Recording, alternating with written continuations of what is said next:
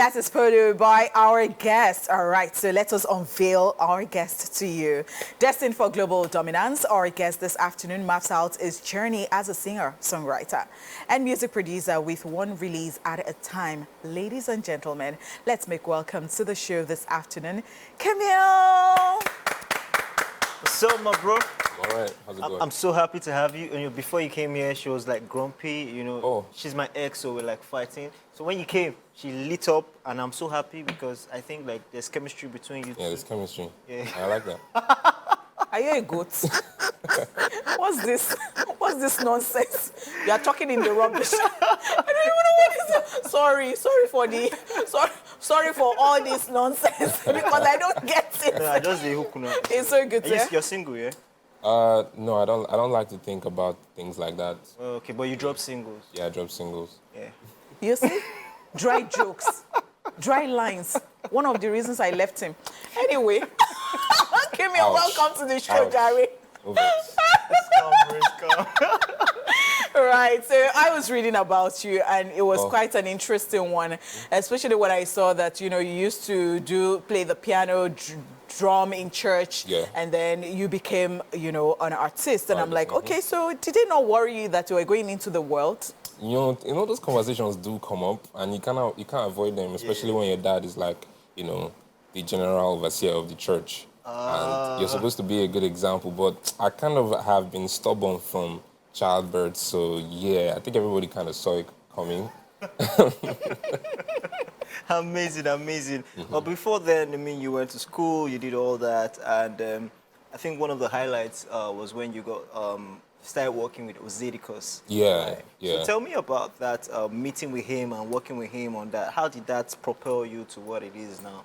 I think for the first few months of working with Ozedicus, it was mostly virtual. I think he saw a couple things. I was messing around on TikTok, and he saw a couple things I did, and he liked it, and he, reached out, and he just sent me a couple of beats.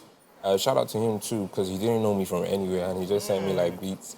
Shout out to him too for like having faith in like the sound. Yeah. So it was pretty good. It was pretty good.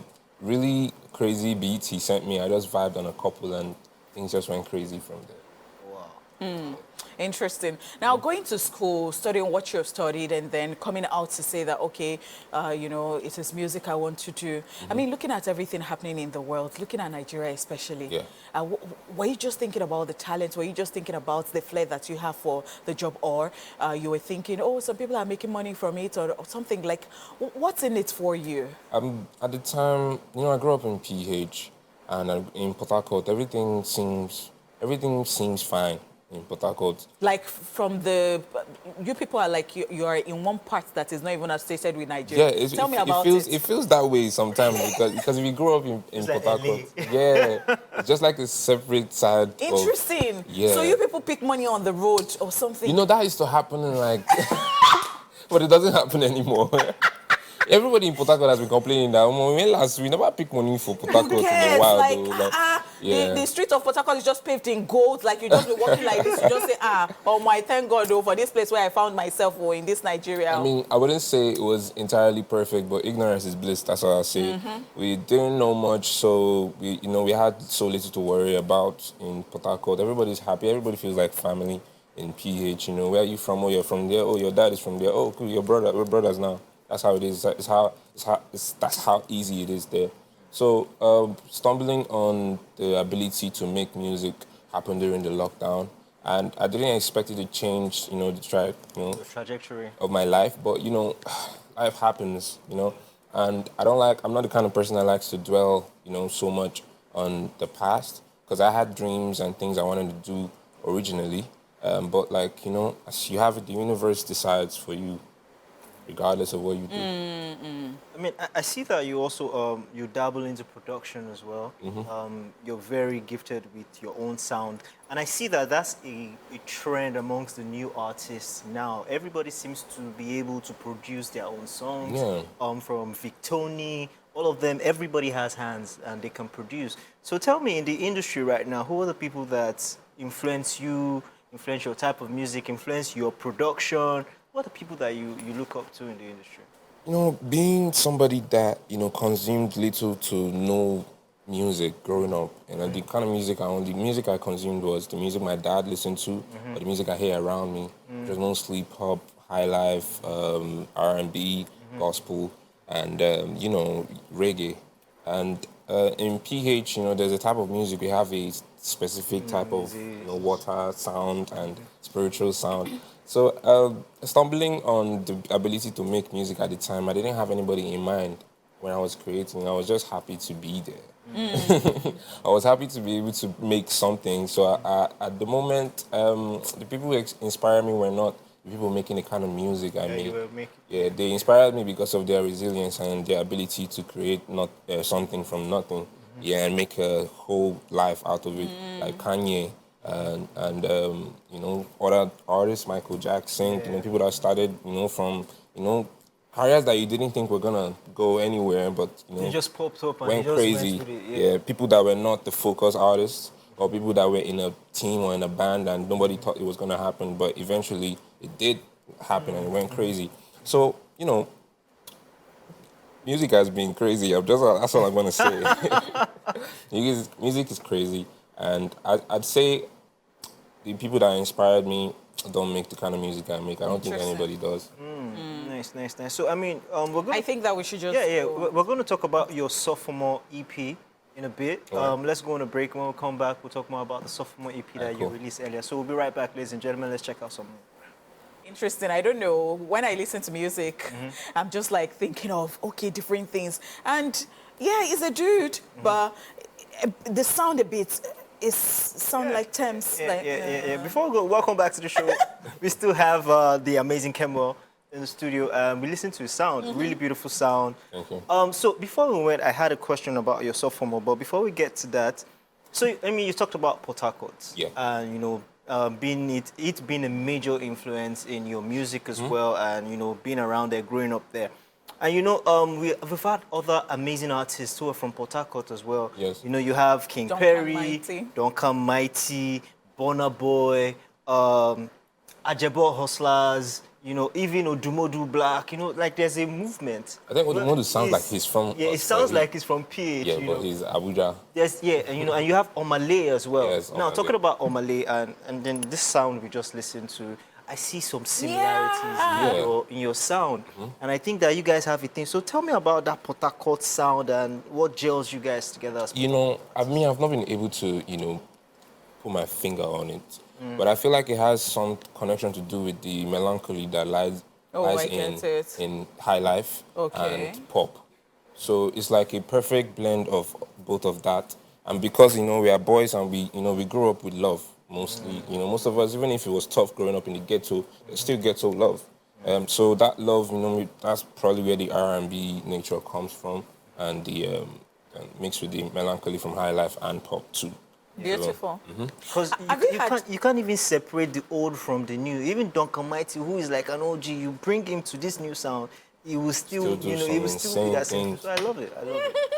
Interesting. Have you thought of any features before? Any features from Port Harcourt? Yeah. There are people that feel like if we make music together, it's going to be very lethal. But then again, I don't like planning. Let it just happen. Yeah, I really love music deciding what happens with music, because at the end of the day, it's music that decides what happens with music. Yeah, cool. So let's talk about your sophomore project, your EP. Tell us about that project. Well, it came out earlier this year. Yeah, tell us about it and how it's been going so far. My entire journey from starting music during the lockdown till, coming to Lagos in 2022 and, dropping my first EP, seeing the reception from that, meeting Ozedi Cos, meeting Spinall, meeting Bado, and so many other people. It's just been a crazy ride, and the whole transitioning from Port Harcourt to, Lagos, the whole feeling, stranded feeling. There's a weird stranded feeling you get from PH. If you come from PH and you don't know anybody in Lagos. So, that whole transition, and everything I had experienced, both from love and life, generally. So that's what I tried to put into Clouds, this project. The title of the project is Clouds. So I wanted to be as vulnerable as possible with project. That's why you hear songs like Focus. And I'm trying to say, no matter what happens, I have to stay focused. I know where I'm coming from. I know where I'm going. Yeah, so Clouds is basically like a reflection of me. But then if you listen close enough, you're going to see it's a reflection of you too. Because everybody needs to hear these things. I can see myself in Yeah, you can almost see yourself listening. I don't see myself, what do I do? You have to listen again. Interesting stuff. So today is November the 1st. I'm excited. Yes, Happy New Year to everybody. Yeah. So in a few days, perhaps, of course, it will be December, and people are already gearing up for that. And I know that for artists, it's always like, oh my God, that is when it's always crazy. What are the plans, and what are all the works that you have in the pipelines, the things that you'll be doing? Well, and the concerts, something? Yes, actually, this is exclusive information news you're getting live. So we're privileged. Thank Let's you shake on it. Thank you. So, I'm dropping a project this month.